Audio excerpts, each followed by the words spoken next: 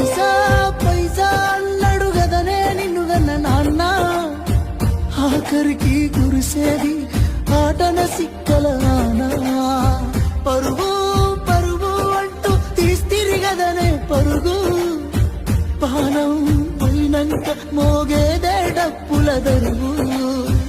ఉండదనికే హాని పిల్ల పాపాలతోని, హాయిగా బతుకేను అందేళ్ళు. నువ్వు పూలు అల్లుకొని పోతున్నవే అత్తగారింటికి, నీ పూలు జల్లుకొని పోతున్ననే కాలే కాటికి.